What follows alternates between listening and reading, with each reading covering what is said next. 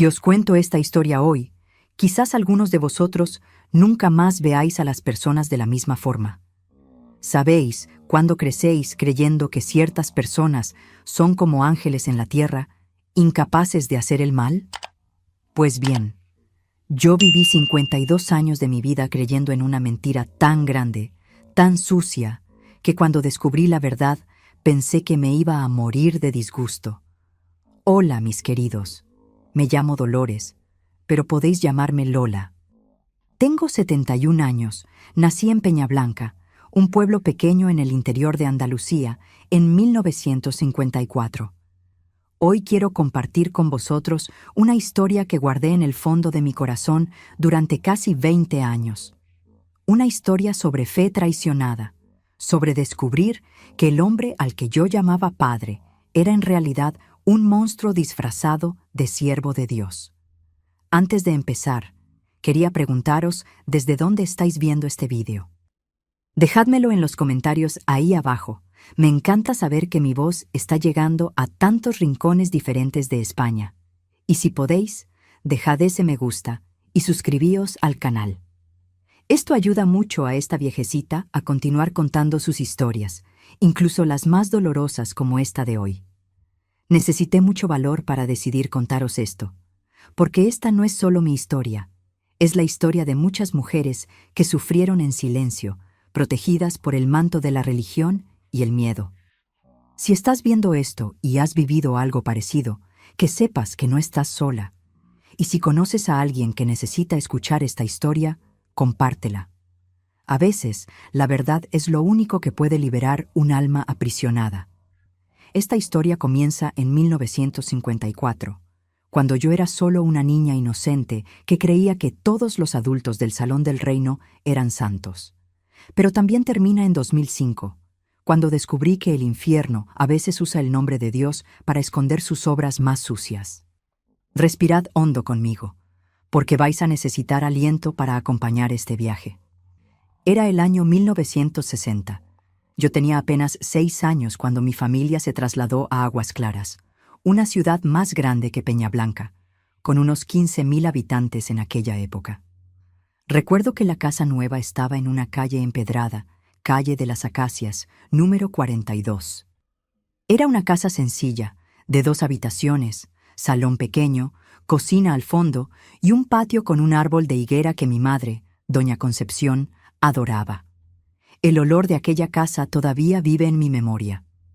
Olor a cera en el suelo de madera que mi madre encerraba todos los sábados religiosamente, mezclado con el perfume de las rosas blancas que plantaba a lo largo de la valla. Era un olor a hogar, a familia, a seguridad. Qué equivocada estaba. Mi padre, Joaquín de los Santos, era conocido por todos como Hermano Joaquín. Un hombre alto, de 1,80 m, pelo siempre bien cortado, bigote recortado, ropa siempre impecable. Tenía esa voz grave y pausada que imponía respeto en el Salón del Reino de los Testigos de Jehová. En aquella época ya era siervo ministerial, caminando a pasos agigantados para convertirse en anciano de la congregación. Recuerdo que se levantaba todos los días a las 5 de la mañana para estudiar la Biblia antes de irse a trabajar al taller mecánico que tenía en el centro del pueblo. El sonido de las páginas al pasar, el rayar del lápiz haciendo anotaciones en los márgenes, el murmullo bajo repitiendo los versículos. Para mí, aquello era la imagen de la santidad. Un hombre dedicado a Jehová, un ejemplo para toda la familia. Mi madre, Concepción, era lo que se llamaba una esposa ejemplar en aquella época.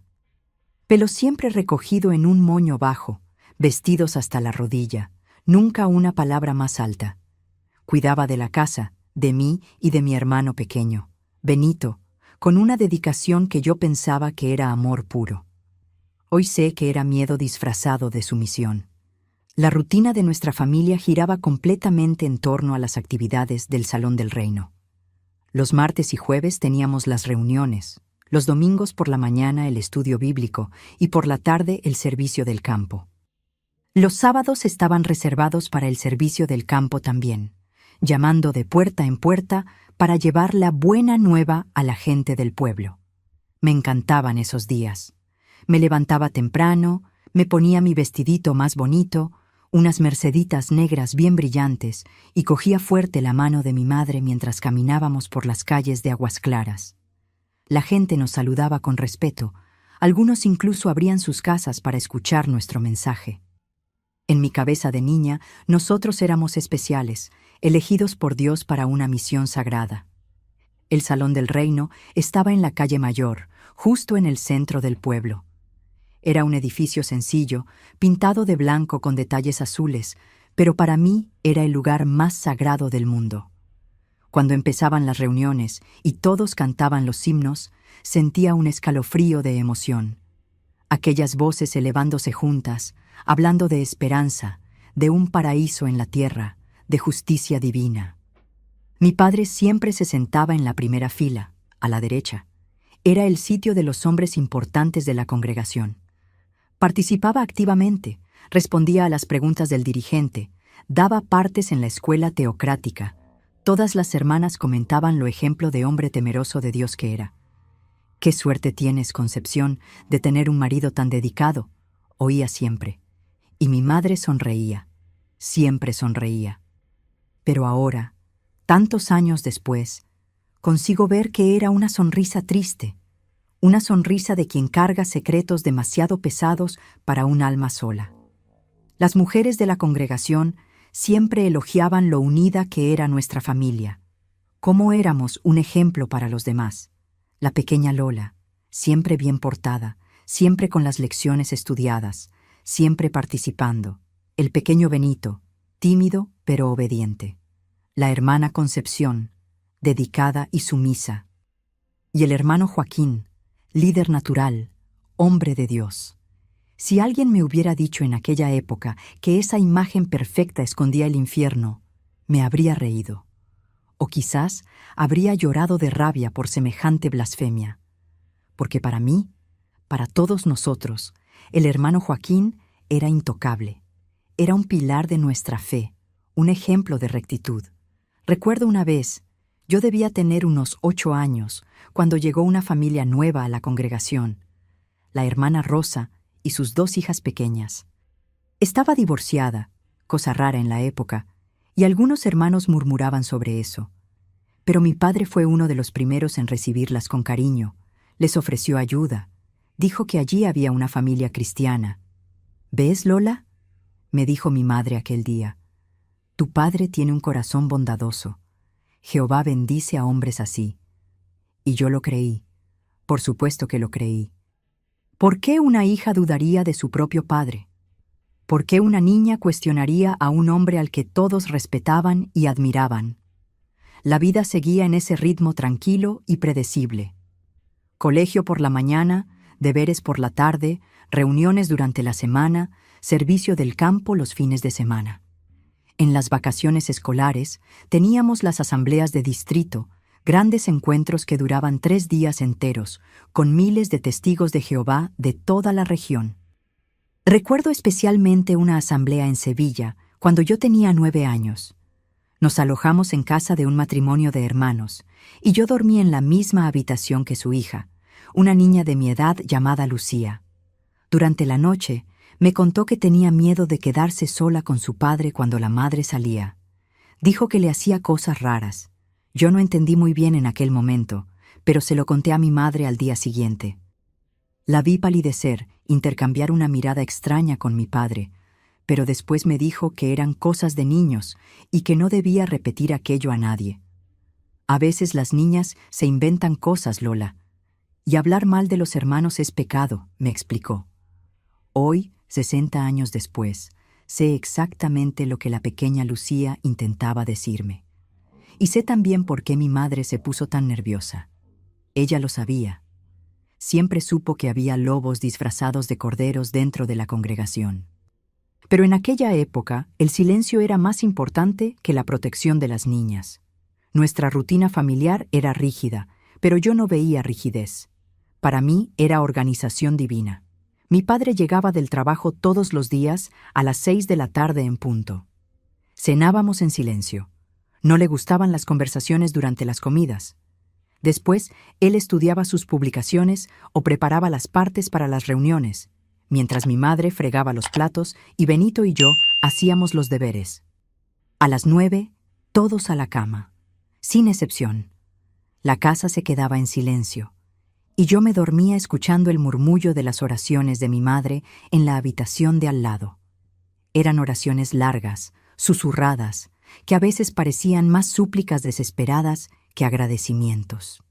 Los fines de semana, después de las actividades religiosas, teníamos el tiempo familiar. A mi padre le gustaba llevarnos a pescar al río que pasaba por las afueras de Aguas Claras. Eran momentos raros en los que sonreía, se relajaba, contaba historias de su infancia. En esos momentos me sentía la niña más afortunada del mundo por tener un padre tan especial. Cuando crezcáis, decía mirándonos a Benito y a mí, entenderéis la importancia de tener una familia que sirve a Jehová. Veréis cómo Él protege y bendice a los que son fieles. Y yo creía cada palabra. Guardaba esas promesas en el corazón como si fueran profecías sagradas. Durante esos primeros años de mi infancia, había una sensación constante de que éramos diferentes de las otras familias del pueblo. No veíamos televisión como los otros niños, no celebrábamos cumpleaños o Navidad, no cantábamos el himno nacional en el colegio. Éramos especiales, separados del mundo, elegidos por Dios para una vida más pura. Esa sensación de diferencia se reforzaba por la reacción de la gente cuando descubrían que éramos testigos de Jehová. Algunos mostraban respeto, otros hacían bromas, algunos sentían curiosidad por saber más sobre nuestras creencias. Pero todos sabían que el hermano Joaquín era un hombre íntegro, dedicado a la familia y a la religión. Recuerdo el orgullo que sentía cuando la gente comentaba sobre mi padre en la calle. Ese es el hermano Joaquín, de los Testigos de Jehová, un hombre muy derecho, muy religioso. O cuando otros niños del colegio me decían que les gustaría tener un padre como el mío, tan dedicado y responsable. En el colegio era conocida como la hija del hermano Joaquín. Las maestras me trataban con un cariño especial, como si fuera diferente de las otras niñas. Lola es una niña muy bien educada, muy respetuosa. Es el reflejo de la educación que recibe en casa, comentaban con mi madre durante las reuniones de padres. Y mi madre sonreía orgullosa, agradecía los elogios, comentaba sobre la importancia de educar a los hijos en los caminos de Jehová. Pero yo notaba que siempre parecía cansada en esas ocasiones, como si cargar con esa imagen de familia perfecta fuera un peso constante. Durante las reuniones en el Salón del Reino, yo observaba atentamente a los otros ancianos y siervos ministeriales. Parecían todos cortados por el mismo patrón, serios, respetables, conocedores de las Escrituras, dedicados a sus responsabilidades en la congregación. Cuando hablaban sobre moral, sobre pureza, sobre la importancia de mantener la congregación limpia de influencias mundanas, sus palabras sonaban como verdades absolutas. Mi padre era particularmente respetado entre ellos.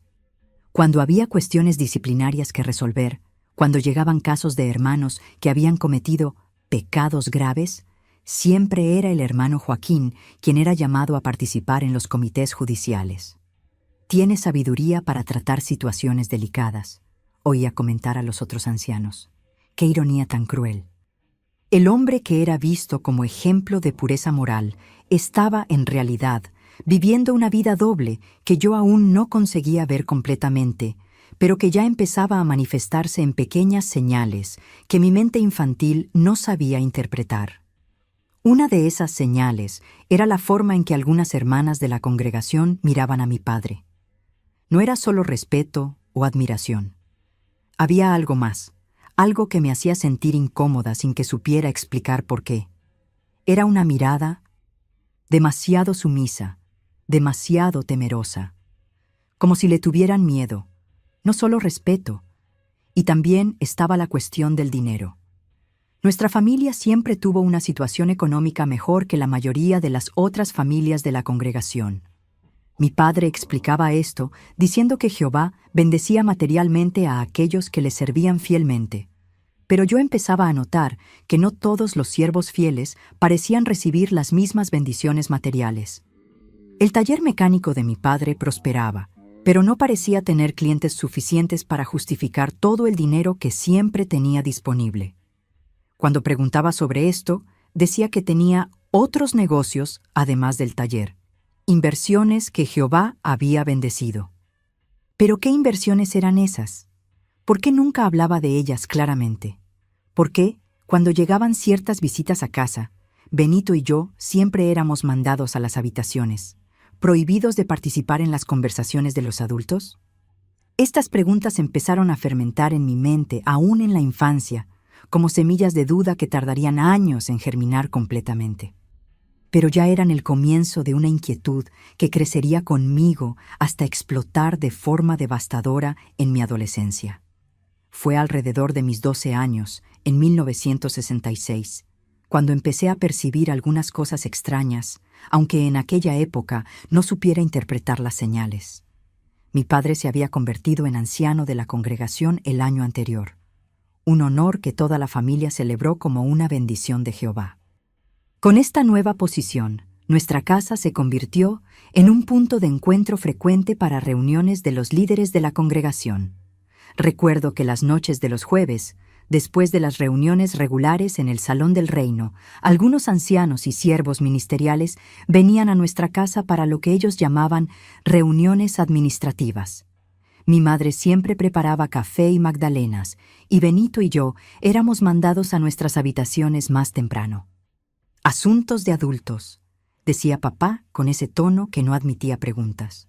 Lo extraño era que esas reuniones se alargaban hasta muy tarde. Me despertaba a veces a las 2, 3 de la madrugada, con el sonido de voces bajas viniendo del salón. No eran voces de oración o estudio bíblico. Eran conversaciones tensas, susurradas, interrumpidas por silencios largos, y ocasionalmente oía risas. Risas que no encajaban con reuniones religiosas. Una de esas noches tuve que levantarme para ir al aseo. Como nuestra habitación daba al pasillo que llevaba al salón, podía ver parte de la reunión por la rendija de la puerta que mi madre siempre dejaba entreabierta para oír si necesitábamos algo. Vi a mi padre y a otros 3 hombres sentados alrededor de la mesa del comedor, pero no tenían Biblias o publicaciones de la atalaya. Había papeles diferentes, dinero sobre la mesa, y uno de los hombres contaba una cantidad considerable de billetes. Cuando volví a la cama, me quedé inquieta. ¿Por qué había dinero en esa reunión? ¿Por qué susurraban tanto? ¿Por qué mi madre, que generalmente participaba sirviendo café, se había encerrado en la habitación desde temprano? Al día siguiente, cuando intenté preguntar discretamente sobre la reunión, mi padre me miró con una seriedad que me heló la sangre. «Lola», me dijo con esa voz grave, «las niñas demasiado curiosas pueden meterse en problemas, y en la casa de un anciano todos deben ser ejemplos de obediencia». ¿Lo has entendido? Lo entendí.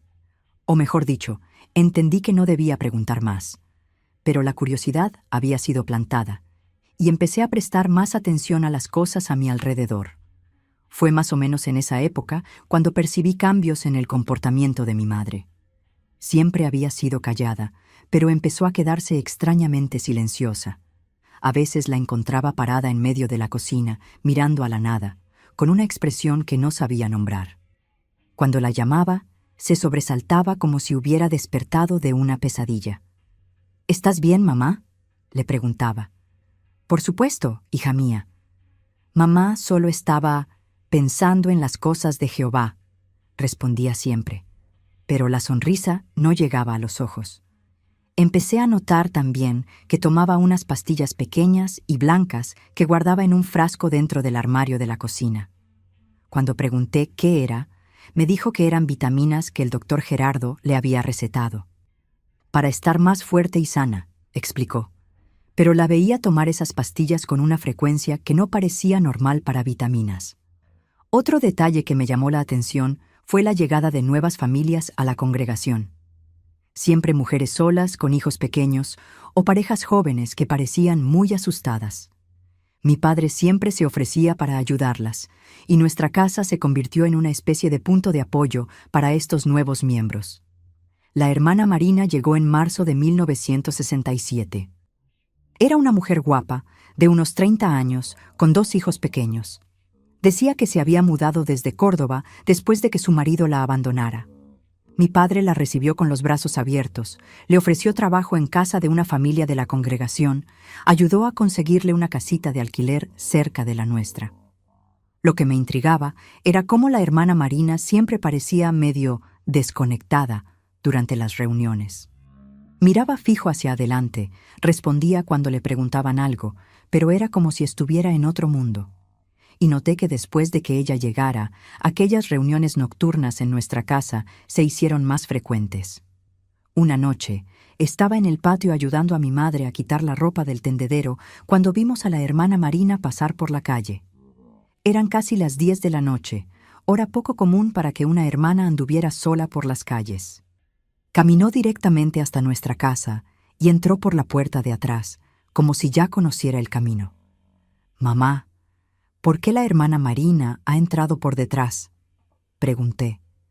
Mi madre soltó la ropa que estaba doblando y me miró con una expresión que nunca olvidaré. Era miedo puro. «Lola, vamos dentro, y no hagas más preguntas sobre esto, ¿vale?».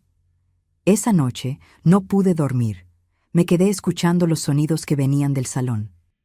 Conversaciones bajas, después silencio, después unos ruidos extraños que no conseguía identificar, y de vez en cuando un gemido ahogado que parecía de dolor o alguna otra cosa que no comprendía. A la mañana siguiente, la hermana Marina salió por detrás otra vez, muy temprano. La vi desde la ventana de mi habitación. Caminaba despacio, medio tambaleándose, agarrándose a la valla para apoyarse. Cuando llegó a la calle, se paró, respiró hondo varias veces y solo entonces siguió hacia su casa. Durante el desayuno, mi padre estaba especialmente de buen humor. Silbaba bajito mientras leía la Biblia, elogió el café de mi madre, incluso bromeó conmigo y con Benito. Era una alegría que contrastaba con el ambiente pesado que había sentido la noche anterior. «Joaquín», dijo mi madre con voz baja, «¿tú crees que...?» «Concepción», la interrumpió sin levantar los ojos de la Biblia. «Una esposa sabia no cuestiona las decisiones del marido. Y una esposa temerosa de Dios confía en que Jehová bendice las acciones de sus siervos elegidos». Mi madre bajó la cabeza y no habló más. Pero vi una lágrima rodar por su cara y caer en el plato de café con leche. Las semanas siguientes trajeron más novedades extrañas. Mi padre empezó a recibir visitas de hombres que yo no conocía de la congregación. Hombres mayores, bien vestidos, que llegaban en coches bonitos y se quedaban hablando con él en el despacho que había montado al fondo de la casa. Esos hombres siempre tenían un olor diferente. No era colonia ni jabón.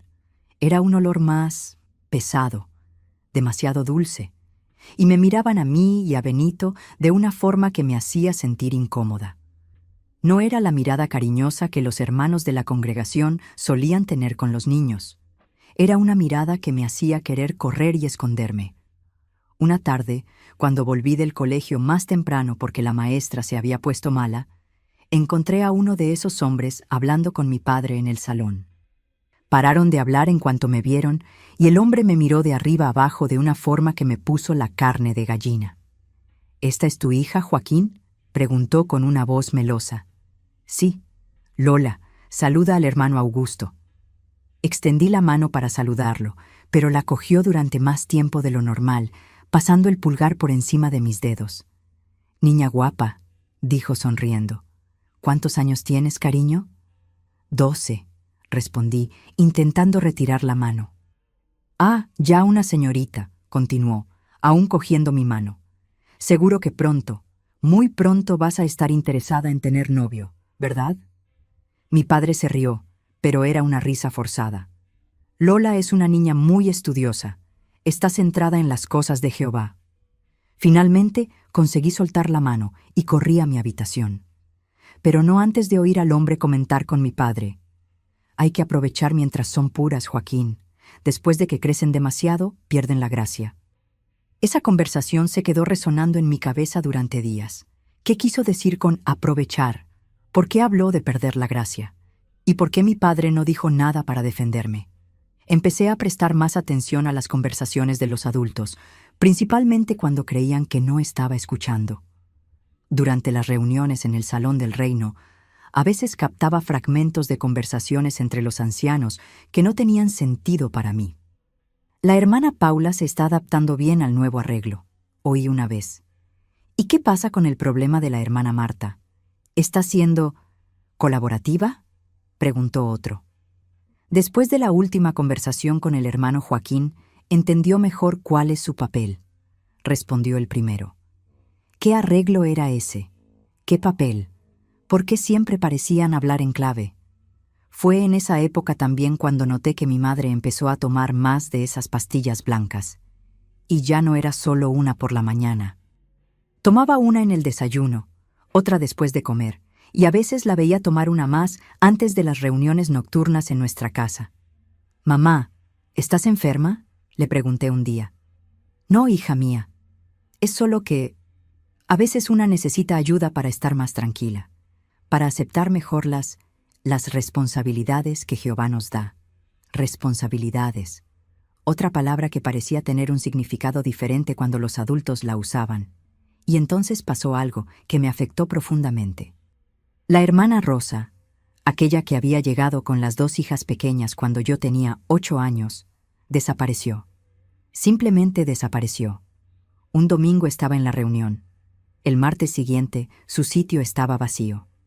Cuando pregunté dónde estaba, las respuestas eran evasivas. Se mudó a otro sitio. Tuvo que resolver problemas familiares. Jehová sabe lo que es mejor para cada uno. Pero nadie hablaba de sus hijas. 2 niñas que jugaban conmigo en los descansos de las reuniones, que habían desaparecido junto con la madre sin ninguna explicación. La casa donde vivían, a 3 manzanas de la nuestra, se quedó cerrada unas semanas. Después, otra familia se mudó allí, como si la hermana Rosa y las hijas nunca hubieran existido. Intenté preguntar a mi madre, pero cambió de tema rápidamente. Intenté preguntar a mi padre, pero me dijo que algunas preguntas son inapropiadas para niños y que debía concentrarme en ser una buena estudiante y una buena testigo de Jehová. Pero la pregunta no se me iba de la cabeza. ¿A dónde se había llevado la hermana Rosa a las hijas? ¿Por qué se fueron tan de repente? ¿Y por qué, cuando mencioné su nombre a otras hermanas de la congregación, reaccionaron como si no supieran de quién estaba hablando? Fue entonces cuando empecé a percibir un patrón. Varias mujeres habían llegado a la congregación en los últimos años, siempre solas o con hijos pequeños, siempre pareciendo asustadas o desconectadas. Y después de un tiempo, algunas simplemente desaparecían. Y cada vez que esto pasaba, aquellas reuniones nocturnas en nuestra casa se hacían más frecuentes y mi padre se hacía más rico. Sí, más rico. Esto era imposible de negar. Nuestra casa había sido reformada. Teníamos un coche nuevo. Mi madre había recibido ropa más cara. Benito y yo siempre teníamos dinero para los bocadillos del colegio. Y mi padre explicaba todo diciendo que Jehová bendice a los fieles con prosperidad material.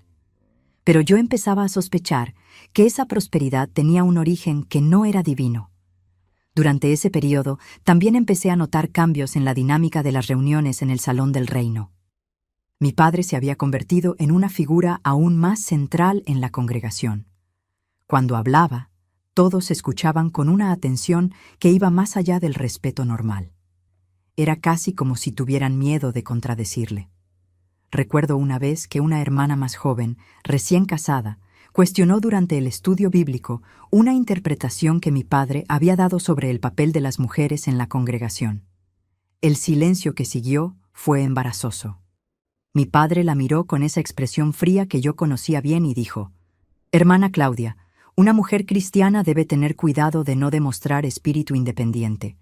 La sabiduría viene de la experiencia y la madurez espiritual. Quizás sería mejor que hablaras conmigo después de la reunión para entender mejor estos principios». La mujer se puso roja de vergüenza y no habló más durante el resto de la reunión. pero la vi salir del salón del reino con lágrimas en los ojos, mientras su marido la regañó bajito por haber causado bochorno. 3 semanas después, esa misma hermana estaba entre las mujeres que empezaron a frecuentar nuestra casa para aquellas reuniones especiales. Y 2 meses después de eso, había desarrollado la misma mirada perdida que yo ya había aprendido a reconocer en tantas otras. Fue por esa época que mi padre empezó a incluirme más en las actividades de la casa, pero de forma extraña. Pasó a pedirme que ayudara a servir café y magdalenas durante algunas de esas reuniones nocturnas. Lola está creciendo, les decía a los otros hombres, y necesita aprender sobre las responsabilidades de las mujeres en la organización. Durante esas ocasiones, sentía las miradas de aquellos hombres en mí de forma diferente. Ya no era la mirada casual que se tiene con un niño. Era algo más evaluativo, como si me estuvieran estudiando, analizándome para algún propósito que no conseguía entender. Una noche, cuando tenía 13 años, pasó algo que me marcó profundamente. Durante una de esas reuniones, uno de los hombres, el hermano Augusto, aquel que había cogido mi mano de forma extraña, me llamó hasta donde estaba sentado. «Lola, ven aquí, cariño. Siéntate aquí a mi lado». Miré a mi padre, esperando que dijera algo, pero solo asintió con la cabeza. Me senté de mala gana al lado del hombre, manteniendo la mayor distancia posible. «Te estás convirtiendo en una señorita muy guapa», dijo, poniendo la mano en mi hombro. «Seguro que ya tienes pretendientes en el colegio, ¿no?» «No, señor», respondí bajito, intentando alejarme sutilmente. «Qué pena. Una niña preciosa como tú debería tener muchos admiradores». Su mano bajó de mi hombro a mi brazo, acariciando lentamente. «Pero quizás sea mejor así. Los hombres más maduros saben valorar mejor la pureza de una joven». Sentí un frío en el estómago y un instinto gritándome que saliera de allí. Me levanté rápidamente. «Disculpe, necesito ayudar a mamá en la cocina». Corrí a la cocina, donde encontré a mi madre fregando los platos con las manos temblando. Cuando me vio, preguntó con voz baja: «¿Qué pasa, hija mía? Estás pálida». Le conté lo que había pasado, esperando que se indignara, que fuera a hablar con mi padre. Pero solo cerró los ojos, respiró hondo y tomó 2 pastillas blancas. «Lola», me dijo con voz cansada, «a veces los hombres dicen cosas que no saben cómo expresar bien. No significa nada, y es mejor que no comentes esto con tu padre. Podría enfadarse por haber interpretado mal una gentileza». Pero yo sabía que no había interpretado mal nada. Y empecé a darme cuenta de que mi madre también lo sabía. En los meses siguientes, estas situaciones se hicieron más frecuentes. Otros hombres empezaron a hacer comentarios similares, siempre cuando mi padre no estaba cerca, siempre seguidos de toques casuales que me hacían sentir extremadamente incómoda. Y mi madre siempre reaccionaba de la misma forma. Me pedía que no hiciera un escándalo, que no creara problemas, que entendiera que eran solo gentilezas de hombres importantes de la comunidad. Fue en esa época cuando empecé a entender que las pastillas que tomaba mi madre no eran vitaminas. Una tarde, cuando había salido rápidamente a comprar algo en la panadería, abrí el frasco y leí la etiqueta. Era diazepam, un tranquilizante fuerte que solo se podía conseguir con receta médica. ¿Por qué mi madre necesitaba tranquilizantes tan fuertes?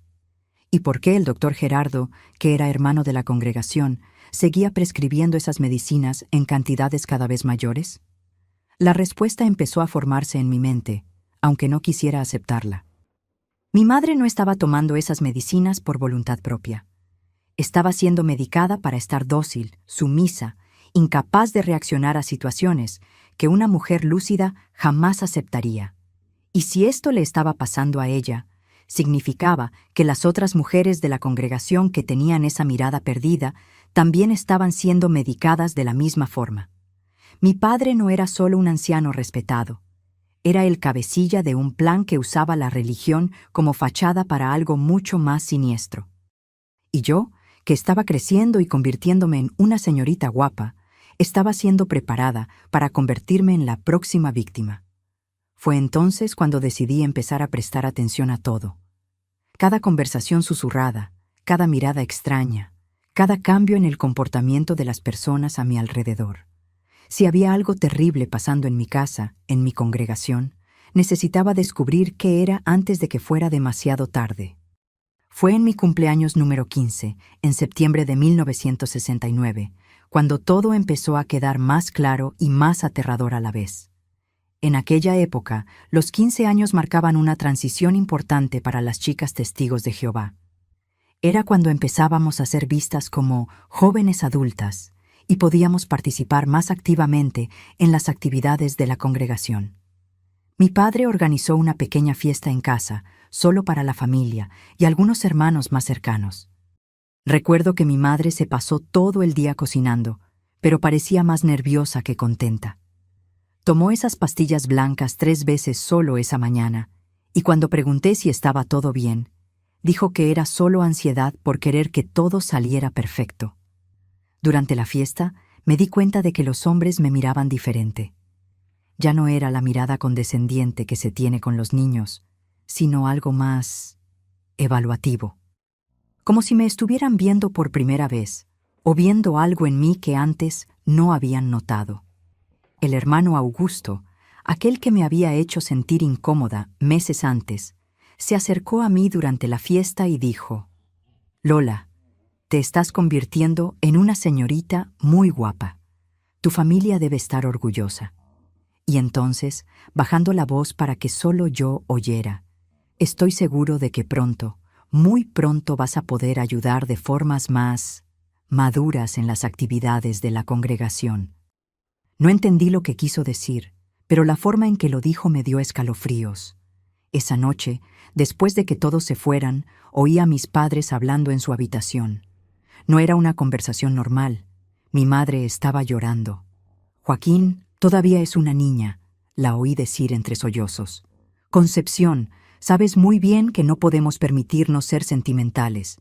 Y 15 años ya no es ser niña. Tu abuela se casó con 14, ¿recuerdas? Pero esto es diferente, Joaquín. Esto es lo que tiene que hacerse. Y tú vas a colaborar, como siempre has hecho. Porque sabes lo que les pasa a las esposas que no colaboran, ¿verdad?». El tono de su voz cambió completamente. Ya no era el tono del marido hablando con la esposa. Era una amenaza clara y fría. Mi madre dejó de llorar. El silencio que siguió fue más aterrador que los sollozos. En los días siguientes, mi padre empezó a incluirme más en las responsabilidades de la casa. Debía ayudar a recibir las visitas, servir café durante aquellas reuniones nocturnas y principalmente ser amigable con los hermanos que venían a buscar orientación espiritual.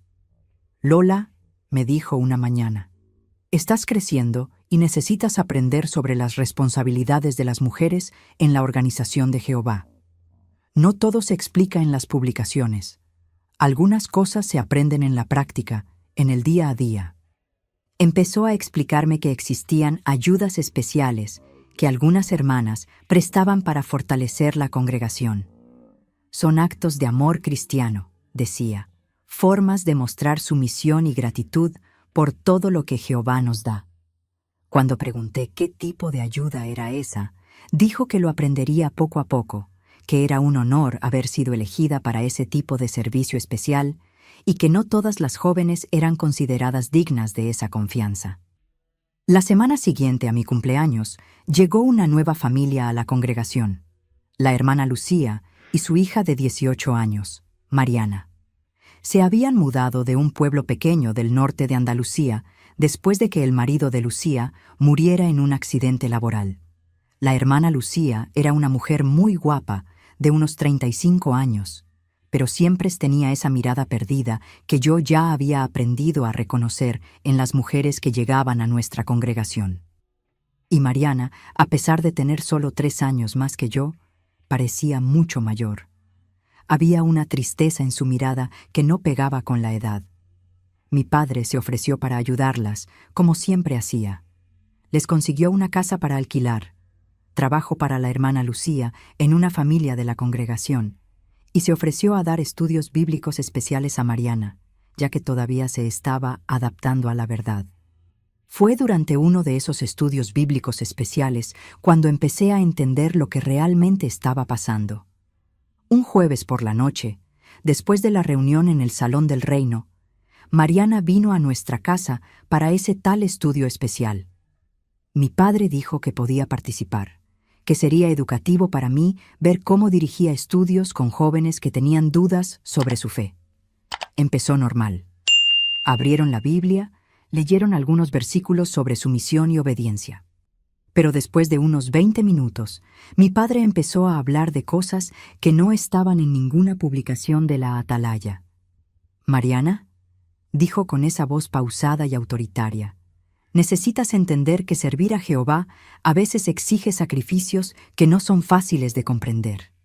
Pero la obediencia es más importante que el entendimiento». Empezó a explicar que existían formas especiales de servir que no se discutían abiertamente, pero que eran esenciales para el funcionamiento de la congregación. Algunas hermanas son llamadas para un tipo de servicio más íntimo. Es un honor, una demostración de confianza total en Jehová y en sus representantes en la tierra. Mariana se estaba poniendo visiblemente incómoda. Veía sus manos temblando mientras sujetaba la Biblia. «Pero hermano Joaquín», dijo con voz baja, «esto no está escrito en ningún sitio de nuestras publicaciones». No todo necesita estar escrito, Mariana. Algunas verdades se transmiten oralmente, de anciano a las ovejas, que son dignas de confianza. ¿Confías en mí como tu pastor espiritual? Ella asintió, pero yo podía ver el miedo en sus ojos. Entonces necesitas entender que tu papel como mujer joven en la congregación incluye ayudar a los hermanos ancianos a mantener el equilibrio espiritual necesario para sus responsabilidades. Son momentos de comunión especial, momentos sagrados que fortalecen toda la congregación. Yo no estaba entendiendo completamente lo que quería decir, pero sabía que había algo muy malo ahí. El ambiente estaba cargado, y Mariana parecía estar al borde de la desesperación. «¿Y si no quiero participar en esa comunión?», preguntó con la voz casi desapareciendo. La cara de mi padre cambió completamente. La sonrisa paternal desapareció y fue sustituida por una expresión fría que me heló la sangre. «Mariana, tú y tu madre llegasteis aquí sin nada. Nosotros os dimos casa, trabajo, propósito en la vida. Dependéis completamente de la buena voluntad de la congregación. Sería muy triste si tuvieseis que buscar otro sitio para vivir, sobre todo considerando que tu madre tiene esos problemas de salud que exigen medicamentos especiales». La amenaza estaba clara, y yo empecé a entender que mi madre no tomaba vitaminas. Tomaba tranquilizantes, o algo peor, para conseguir soportar lo que fuera que estuviera pasando en nuestra casa. Mariana empezó a llorar bajito. Yo no sé cómo hacer eso». «No te preocupes», dijo mi padre, volviendo al tono paternal. «Lola te va a ayudar a aprender. Está siendo preparada para el mismo tipo de servicio especial. Las dos podéis apoyaros mutuamente en este viaje de fe». Fue ahí cuando mi mundo se desplomó. Estaba hablando de mí. Yo estaba siendo preparada para algo horrible y ni siquiera sabía bien qué era. Esa noche no pude dormir. Me quedé escuchando los sonidos que venían del salón, intentando entender lo que estaba pasando. Oí la voz de mi padre, la voz de Mariana, a veces en tono normal, a veces susurrando, a veces en gemidos ahogados que me daban náuseas. A la mañana siguiente, Mariana salió por detrás, como hacían todas las otras mujeres, pero esta vez yo la intercepté en el patio. «Mariana, ¿qué pasó anoche?». Me miró con los ojos rojos de tanto llorar y me cogió de los hombros con fuerza. «Lola, tienes que huir. Tienes que salir de esta casa, de este pueblo, de esta vida. Tu padre no es un hombre de Dios, es un demonio». «¿Pero de qué estás hablando? Es anciano, sirve a Jehová. Solo se sirve a sí mismo y a los otros hombres que pagan por cosas que no deberían existir. Y tú, por ser su hija, vas a ser el próximo objetivo. Antes de que pudiera preguntar algo más, mi madre apareció en la puerta de atrás. Lola, entra ya en casa. Y tú, Mariana, vete, ahora. Cuando entré en casa, mi madre me llevó al cuarto de baño y cerró la puerta. Escucha bien lo que te voy a decir, y nunca más toques este tema, susurró con desesperación. Tu padre hace cosas malas, cosas que no puedo impedir, cosas que si intento impedir, me va a matar o me va a meter en un manicomio. Pero tú todavía tienes posibilidad de escapar. Mamá, ¿de qué estás hablando? Droga a las mujeres, Lola. Me droga desde hace años. Y después deja que otros hombres me hagan cosas mientras estoy casi desmayada. Y cobra dinero por eso. Mucho dinero. El mundo giró a mi alrededor. Sentí que iba a vomitar. Y ahora quiere hacer lo mismo contigo, porque te estás haciendo señorita, y los hombres que pagan, les gustan las más jóvenes. Pero mamá, ¿por qué nunca lo denuncié? ¿A quién, Lola? Es anciano de la congregación.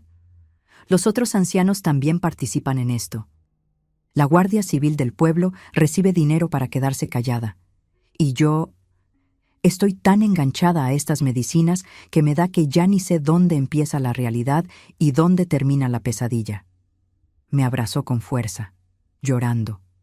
Tienes que encontrar una forma de salir de aquí antes de que sea demasiado tarde. Porque si te quedas, te va a pasar lo mismo que me pasó a mí, a la hermana Marina, a Mariana, a todas las otras que llegaron aquí desesperadas y acabaron atrapadas en esta red. ¿Y las que desaparecieron, como la hermana Rosa? Mi madre cerró los ojos y respiró hondo. Las que intentaron resistirse o amenazaron con contárselo a alguien, las mandaron muy lejos, a sitios donde nadie las va a buscar, a otros hombres, en otros pueblos, que hacen cosas aún peores. En ese momento, oímos la voz de mi padre llamando desde el salón. «Concepción, Lola, venid aquí, tenemos visita». Mi madre rápidamente se secó las lágrimas y tomó 2 pastillas blancas que sacó del bolsillo del delantal. «Recuerda», susurró, «no sabes nada. Sonríe, sé educada y busca una forma de salir de aquí lo antes posible». Cuando llegamos al salón, había 3 hombres hablando con mi padre. A 2 los reconocí como ancianos de congregaciones vecinas. El tercero era un desconocido, mayor, bien vestido, con un anillo de oro en el dedo y un reloj caro en la muñeca. «Ah, aquí están mis 2 princesas», dijo mi padre con esa sonrisa falsa. «Lola, ven a saludar al hermano Antonio. Ha venido de lejos especialmente para conocerte». El hombre me miró de arriba a abajo con esa misma expresión evaluativa que ya había aprendido a temer. «Realmente una niña muy guapa, Joaquín. Exactamente como la describiste». «¿Y qué edad tiene?» 15. Acaba de cumplir 15. Perfecto. La edad ideal para empezar el entrenamiento especial. Siguieron hablando de mí como si no estuviera allí. Hablaban de cronograma, preparación, cliente especial, precio diferenciado. No entendía todo, pero entendía lo suficiente para saber que estaba siendo negociada como una mercancía. Durante toda la conversación, mi madre se quedó de pie a mi lado, temblando ligeramente. De vez en cuando me apretaba el brazo, como si intentara darme fuerza o pidiendo perdón por adelantado. Cuando los hombres se fueron, mi padre se acercó a mí con esa sonrisa que ahora reconocía como completamente falsa. «Lola, estás creciendo y ha llegado la hora de asumir responsabilidades de adulta. A partir de la semana que viene, vas a empezar a recibir visitas especiales aquí en casa. Son hermanos que necesitan orientación espiritual diferenciada. Y tú vas a ayudar a proporcionársela». «¿Qué tipo de ayuda, papá?» «El tipo que vas a aprender haciéndolo. No te preocupes, tu madre te lo va a explicar todo. Y recuerda, esto es un privilegio. No todas las jóvenes son elegidas para este tipo de servicio sagrado». Esa noche, mi madre vino a mi habitación después de que mi padre se durmiera. Trajo una taza de té y se sentó en mi cama. «Lola, te voy a contar todo, porque necesitas entender lo que está pasando, aunque sea demasiado horrible para una niña de tu edad». Me contó que mi padre no era solo un anciano corrupto. Era el líder de una red que usaba la congregación de los Testigos de Jehová como fachada para un plan de explotación de mujeres vulnerables. Identifica a mujeres desesperadas, explicó con voz temblorosa, viudas, abandonadas, madres solteras, mujeres huyendo de situaciones malas. Les ofrece ayuda, refugio, propósito en la vida a través de la religión, y cuando dependen de él, cuando no tienen a dónde ir, él las obliga a hacer cosas a cambio de la protección. ¿Qué tipo de cosas? Las droga con medicinas que dejan a la persona medio consciente, pero sin fuerza para resistir. Y después cobra a hombres ricos de la región para que usen a esas mujeres como quieran. El horror de la situación empezó a tomar forma en mi mente. ¿Y los otros ancianos lo saben?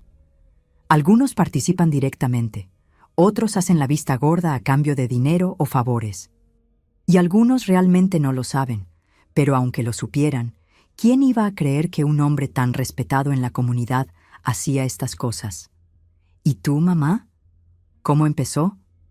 Cerró los ojos y respiró hondo antes de responder. Poco después de que nos casáramos. Lo descubrí por casualidad. Intenté enfrentarme a él. Amenacé con contárselo a los líderes de la organización.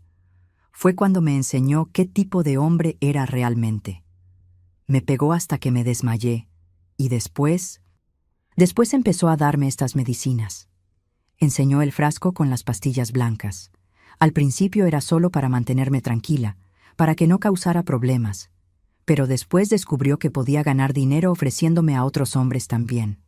Y cuanto más tiempo pasaba, más enganchada me quedaba a estas medicinas, menos fuerza tenía para resistir. ¿Por qué nunca intentaste huir? ¿A dónde? ¿Con qué dinero? Y sobre todo, ¿cómo? Estas medicinas te tocan la cabeza, Lola. A veces ni sé si lo que recuerdo pasó realmente o fue una pesadilla causada por la medicación. Me abrazó llorando. Pero tú todavía puedes escapar. Todavía estás lúcida. Todavía tienes fuerzas. Necesitas encontrar una forma de salir de aquí antes de que empiece a drogarte también. ¿Cómo? No lo sé. Pero sé que si te quedas, vas a acabar como yo, como todas las otras. Y prefiero morirme antes que ver a mi hija pasar por lo que yo pasé. A partir de esa conversación, empecé a observar todo con ojos diferentes.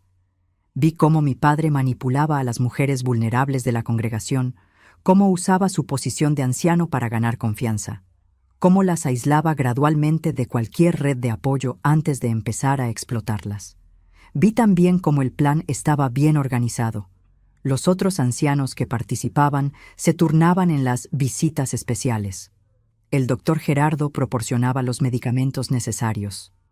Algunos comerciantes del pueblo proporcionaban casas discretas donde llevaban a las mujeres cuando necesitaban ser castigadas por resistirse. Y me di cuenta de que mi tiempo se estaba agotando. Cada día que pasaba, mi padre me incluía más en las actividades sospechosas. Me hacía quedarme en el salón durante conversaciones que antes estaban prohibidas para mí. Me presentaba a más hombres extraños que me miraban con esa expresión que me hacía sentir sucia. Es difícil incluso hoy revivir esos momentos. A veces me pregunto cómo conseguí aguantar tanto. Vosotros que me estáis acompañando hasta aquí, ¿qué creéis que debería haber hecho? Contádmelo en los comentarios. La noche que lo cambió todo pasó un viernes, 17 de octubre de 1969. Recuerdo la fecha exacta porque fue el día en que mi infancia murió y mi vida adulta empezó de la forma más brutal posible. Mi padre había anunciado durante la cena que tendríamos una visita especial esa noche. El hermano Antonio va a volver y esta vez va a traer algunos amigos. Lola, vas a participar en la reunión hoy. Es hora de empezar tus responsabilidades de mujer. Mi madre se puso pálida y se le cayó el tenedor en el plato, haciendo un ruido que resonó por la cocina silenciosa.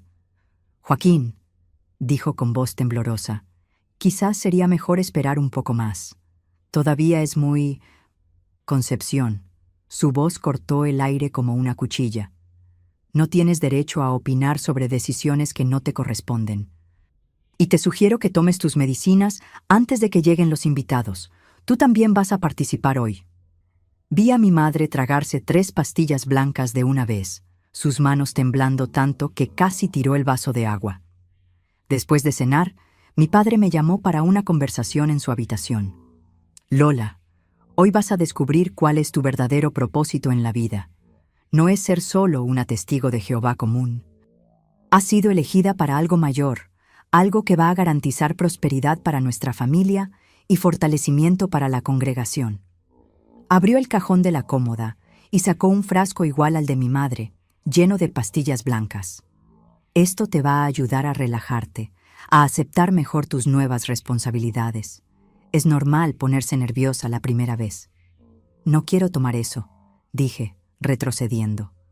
Su cara se transformó en una máscara de rabia fría.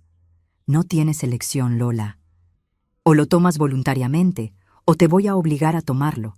Y si intentas resistirte o causar problemas, quien va a sufrir no vas a ser solo tú.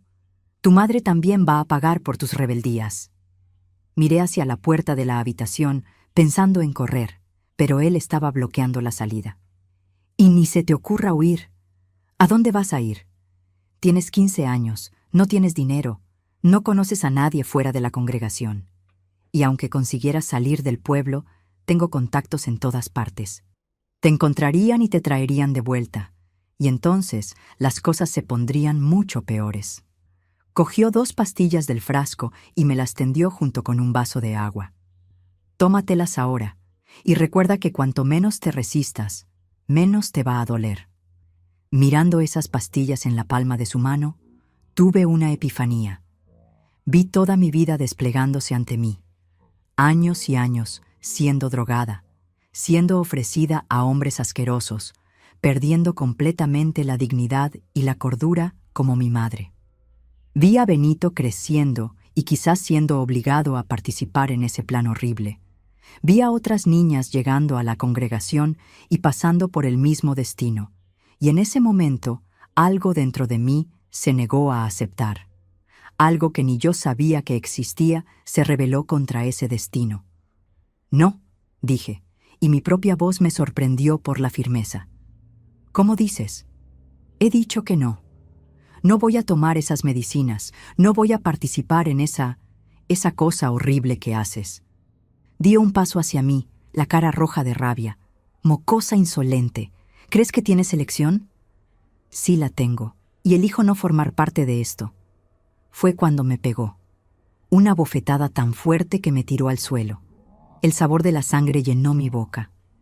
Levántate de ahí y tómate esas medicinas ahora, o vas a descubrir lo que les pasa a las hijas desobedientes. Pero algo había cambiado en mí en ese momento. El dolor de la bofetada no me intimidó, me dio más fuerza. Me levanté despacio, limpiándome la sangre de la comisura de la boca. Puedes pegarme, puedes amenazarme, pero no vas a conseguir obligarme a ser como tú. Yo no soy igual que tú. Me agarró por el pelo y me arrastró hasta la cama. Entonces va a ser por las malas. Te voy a sujetar mientras te tragas esas medicinas y después vas a aprender en la práctica cuál es tu sitio en esta casa. Fue en ese momento cuando mi madre apareció en la puerta de la habitación. Estaba claramente bajo los efectos de los tranquilizantes, tambaleándose ligeramente, but cuando vio la escena, algo despertó en ella también. Para, Joaquín, déjala en paz. Concepción, vuelve a tu sitio y no te metas en lo que no te importa. Es mi hija, sí me importa. Me soltó y se giró hacia ella. Drogadicta inútil, tú no mandas nada en esta casa. Vuelve al salón y prepara todo para los invitados, o las dos vais a descubrir de lo que soy capaz. Pero mi madre no se movió. Por primera vez en años se estaba enfrentando a su marido. No, Joaquín, no vas a tocar a mi hija. Conmigo puedes hacer lo que quieras, ya estoy perdida de todas formas, pero a ella no la tocas. Avanzó hacia ella, pero en ese momento oímos el timbre. Los invitados habían llegado. Joder, murmuró. Vamos a resolver esto después. Concepción, ve a recibir las visitas. Y tú, me señaló, te quedas en esta habitación hasta que vuelva. Si intentas salir, va a ser peor para las dos. Salió, cerrando la puerta con llave desde fuera. Mi madre se acercó a mí, y por primera vez en meses vi claridad en sus ojos. Lola, escucha bien lo que te voy a decir. Esta noche, cuando estén ocupados en el salón, vas a salir por la ventana del cuarto de baño y correr a casa de tu tía Elena, en Córdoba. Mamá, no puedo dejarte aquí. Sí puedes, tienes que hacerlo. Yo ya estoy muerta por dentro desde hace mucho tiempo, pero tú todavía puedes tener una vida. Puedes contar la verdad a la gente. Puedes impedir que otras mujeres pasen por lo que yo pasé. Sacó del bolsillo un sobre arrugado. Aquí hay un poco de dinero que conseguí juntar a escondidas a lo largo de los años. No es mucho, pero es suficiente para el billete de autobús y algunos días hasta que te organices. ¿Y Benito? Tu hermano está en casa del amigo hoy. Mañana por la mañana, cuando tu padre descubra que has huido, voy a mandar a Benito a casa de otros familiares. No se va a quedar aquí para presenciar esto. Me abrazó llorando. Perdona a tu madre por no haber tenido valor para protegerte antes. Perdona por haber dejado que las cosas llegaran a este punto. Mamá, ven conmigo. Nos escapamos juntas. No puedo. Estoy enganchada a estas medicinas desde hace tantos años que no puedo vivir sin ellas. Y además, alguien tiene que quedarse aquí para distraerlos mientras tú ganas distancia. Oímos risas viniendo del salón. La reunión había empezado. Ahora vete, susurró. Por la ventana del cuarto de baño, salta al patio del vecino y sigue por la calle de atrás. El autobús para Córdoba sale a las 5 de la mañana en la estación. Mamá, vete, Lola, vete y no vuelvas nunca. Y cuando llegues a casa de tu tía, cuéntalo todo. Cuéntaselo a ella, cuéntaselo a quien quiera escuchar. Porque la única forma de parar esto es haciendo que salga la verdad. Fue así como, a los 15 años, en una noche fría de octubre, salté por la ventana del cuarto de baño de mi casa y corrí por las calles oscuras de Aguas Claras, llevando solo la ropa puesta y el dinero que mi madre había juntado para salvarme. Corrí sin parar hasta llegar a la estación de autobuses. Me quedé escondida en el aseo hasta la hora del autobús, el corazón latiendo tan fuerte que pensé que se me iba a salir por la boca. A cada ruido, creía que era mi padre buscándome. Cuando el autobús finalmente llegó, subí con las piernas temblando. Solo respiré aliviada cuando Aguas Claras desapareció en la ventanilla, tragada por la oscuridad de la madrugada.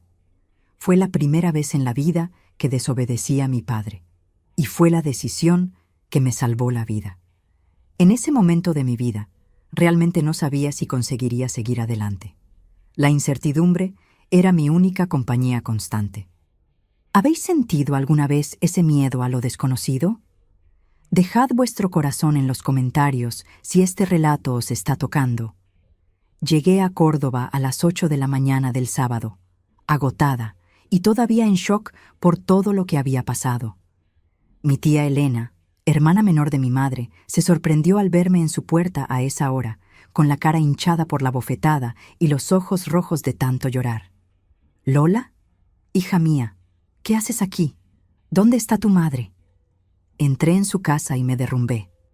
Se lo conté todo. Cada detalle sórdido, cada horror que había descubierto sobre mi padre, sobre lo que pasaba en nuestra casa, sobre el destino que me esperaba si me hubiera quedado. La tía Elena escuchó todo en silencio, la cara poniéndose cada vez más pálida. Cuando terminé, me abrazó fuerte y dijo: «Has sido muy valiente, hija mía, e hiciste lo correcto viniendo aquí». Pero podía ver en sus ojos que no sabía exactamente qué hacer con esa información. Como la mayoría de la gente en aquella época, tenía dificultad para creer que un hombre tan respetado religiosamente pudiera ser capaz de cosas tan horribles. ¿Estás segura de que no entendiste mal algunas cosas? Tu padre siempre ha sido un hombre muy religioso. Tía, yo lo vi, yo lo oí. Iba a ser la próxima víctima. Suspiró hondo. Vale, te quedas aquí conmigo y con tu tío Mario. Vamos a pensar qué hacer. Los primeros días viví en un estado de terror constante. Cada llamada a la puerta, cada teléfono sonando, pensaba que era mi padre viniendo a buscarme. La tía Elena intentaba calmarme, pero yo veía que ella también estaba nerviosa. Al tercer día, Sonó el teléfono. Era mi madre. ¿Está Lola ahí? Oí su voz, distante y pastosa por el teléfono. La tía Elena me miró y yo negué con la cabeza desesperadamente. No quería hablar con nadie de Aguas Claras. Concepción, ¿estás bien? Tu voz suena rara. Estoy solo cansada. Joaquín está buscando a Lola. Dice que se escapó de casa sin motivo, que está en una fase rebelde. Quiere que vuelva. ¿Y tú? ¿Tú qué piensas? Hubo un silencio largo al otro lado de la línea. Yo pienso que debería quedarse ahí, por ahora, hasta que las cosas se calmen. La tía Elena percibió algo extraño en la voz de mi madre. Concepción, ¿estás tomando alguna medicina? Solo para los nervios. El doctor Gerardo dijo que es normal después de pasar por momentos difíciles. Cuando mi tía colgó el teléfono, me miró con una expresión diferente. Más preocupada, más creyéndome. Tu madre realmente parece estar bajo los efectos de medicación fuerte, y la forma en que habló parecía tener miedo hasta de decir que debes quedarte aquí. En los días siguientes empezó a llegar más información. El tío Mario, que trabajaba en el registro civil, oyó comentarios extraños sobre varias familias que se habían mudado repentinamente de Aguas Claras en los últimos años. Siempre mujeres con hijos, siempre de forma misteriosa. Es raro, comentó durante la cena. Normalmente cuando alguien se muda, nos enteramos de a dónde ha ido, tenemos algún contacto. Pero estas familias simplemente desaparecieron, como si nunca hubieran existido. Una semana después de mi llegada, recibimos una visita inesperada. Era Mariana, la joven que había participado en aquel estudio bíblico especial con mi padre. Apareció en la puerta de la tía Elena una tarde de martes, delgada, pálida, con ojeras profundas. Cuando me vio, empezó a llorar. Lola, qué bien que conseguiste salir. Yo intenté escaparme también, pero... Se subió las mangas de la blusa y enseñó marcas moradas en los brazos. Tu padre descubrió que estaba planeando irme. Me encerró en casa 3 días, me obligó a tomar esas medicinas hasta que quedé completamente fuera de mí. Y después, no pudo terminar la frase, pero yo entendí. ¿Cómo estás aquí ahora?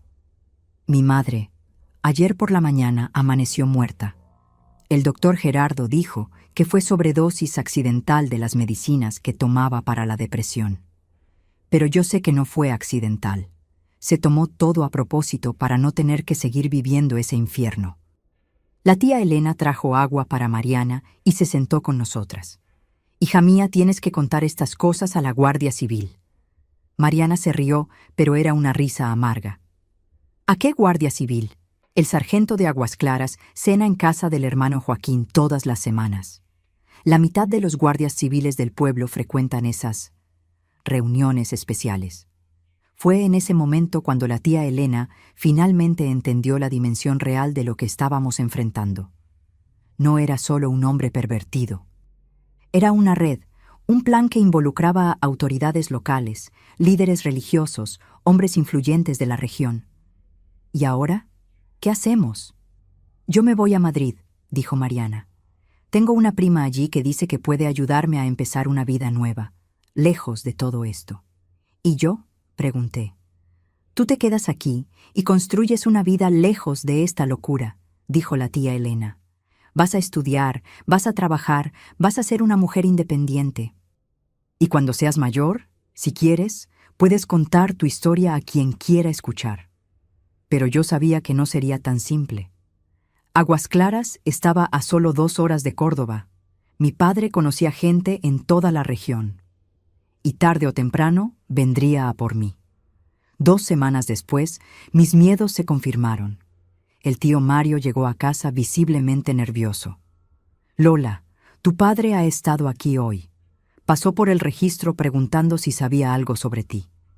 ¿Qué le dijiste? Le dije que no sabía nada.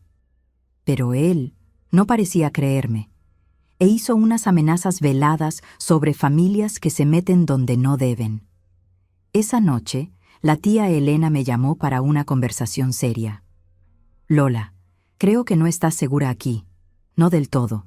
Tu padre es un hombre peligroso, con contactos en muchos sitios. Tenemos que llevarte más lejos. ¿A dónde? Tengo una amiga en Madrid que puede acogerte.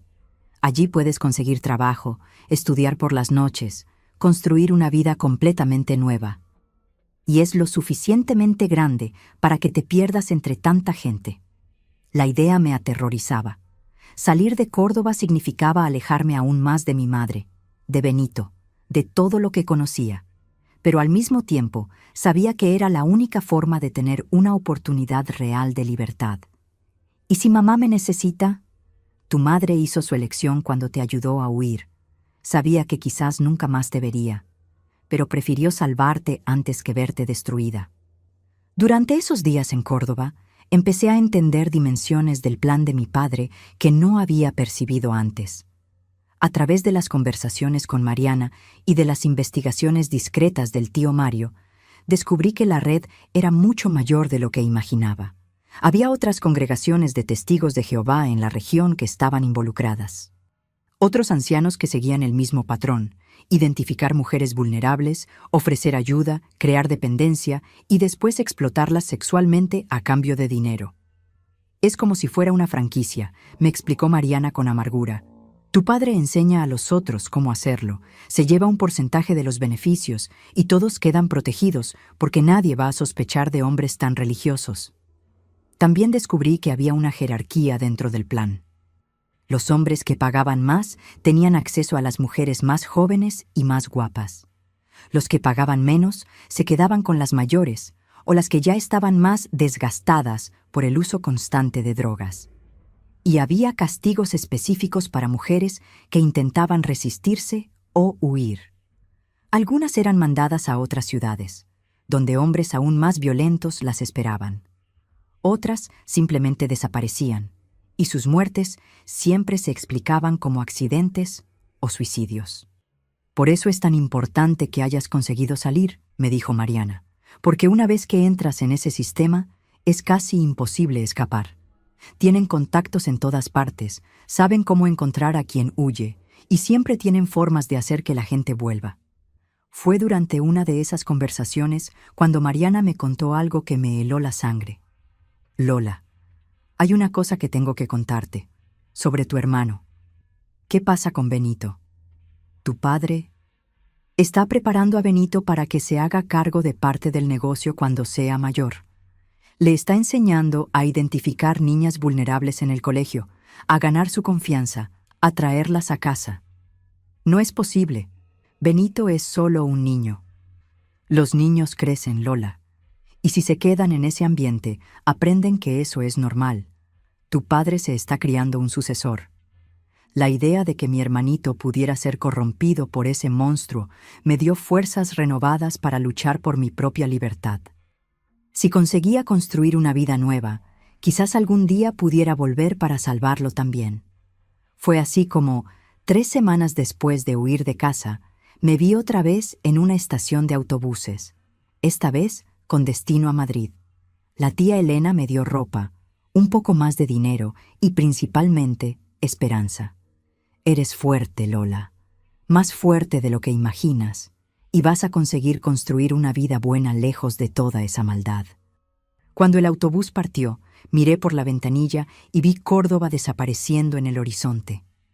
Estaba dejando atrás no solo una ciudad, sino toda mi infancia, toda mi familia, toda la religión en la que había creído.